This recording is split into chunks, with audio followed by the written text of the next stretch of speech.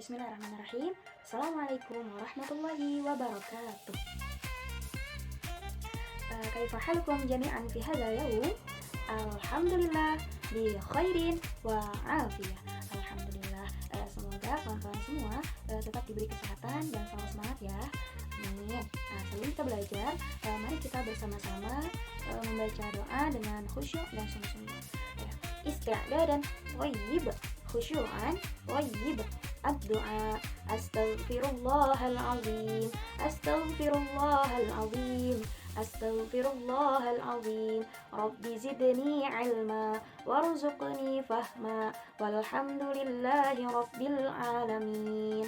Pada kesempatan kali ini kita akan mempelajari tentang satuan waktu, yang mana dapat kita ketahui ya kawan-kawan, bahwa waktu itu sangat penting bagi kehidupan kita sehari-hari.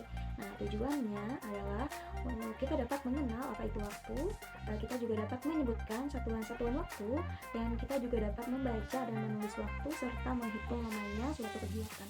Dan harapannya kita juga dapat memahami penerapan waktu dalam kehidupan sehari-hari, termasuk waktu ibadah, waktu belajar, dan lain-lain. Apa itu waktu? Jadi waktu itu adalah ukuran yang digunakan untuk menyatakan kapan suatu peristiwa itu terjadi atau berapa lama peristiwa itu berlangsung. Nah, yang mana waktu itu terus berjalan ya kawan-kawan dan tidak akan pernah berhenti. Jadi waktu ini bisa kita gunakan untuk yang pertama untuk menentukan kapan kita harus melakukan sesuatu, juga untuk mengatur jadwal kegiatan kita sehari-hari, dan bisa juga untuk mengukur lamanya suatu kegiatan tersebut. Yang mana dengan mempelajari waktu ini kita dapat mengetahui kapan kita masuk sekolah, kita juga dapat menentukan kapan waktu kita untuk makan, kapan waktu kita untuk tidur, bermain, belajar, dan lain-lainnya. Satuan-satuan waktu. Satuan-satuan waktu ini meliputi satuan-satuan waktu ini meliputi ada detik, yang mana ini adalah satuan terkecil. Kemudian menit, jam, hari, minggu, bulan, dan tahun. Nah, antara satuan-satuan waktu ini mempunyai keterkaitan. 1 menit itu sama dengan 60 detik, 1 jam sama dengan 60 menit, 1 hari sama dengan 24 jam, 1 minggu sama dengan 7 hari, 1 bulan sama dengan 30 atau 31 hari, dan 1 tahun sama dengan 12 bulan. Kemudian cara membaca waktu. Selain itu kita ketahui ada beberapa macam jam. Yang pertama ada jam analog, yaitu jam dengan angka 1 sampai 12 dan menggunakan jarum jam. Nah, adapun bagian-bagian dari jam analog ini ada yang mempunyai jarum pendek untuk menunjukkan jam, dan jarum panjang untuk menunjukkan menit, juga jarum detik untuk menunjukkan detik tersebut. Cara membacanya, jika jarum pendek menunjukkan ke angka 9 dan jarum panjang menuju ke angka 12, maka cara membacanya yaitu jam 9 tepat atau 09.00.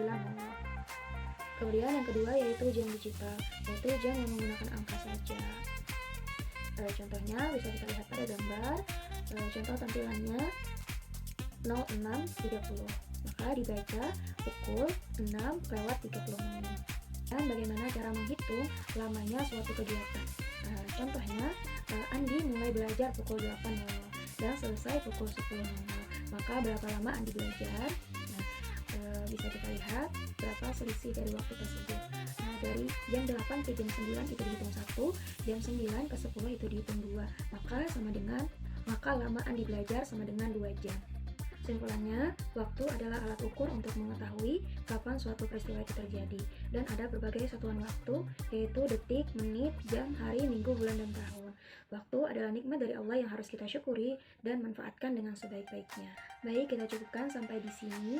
Semoga dapat bermanfaat bagi kita semua, dan mohon maaf atas kesalahan atau kekurangannya. Wassalamualaikum warahmatullahi wabarakatuh.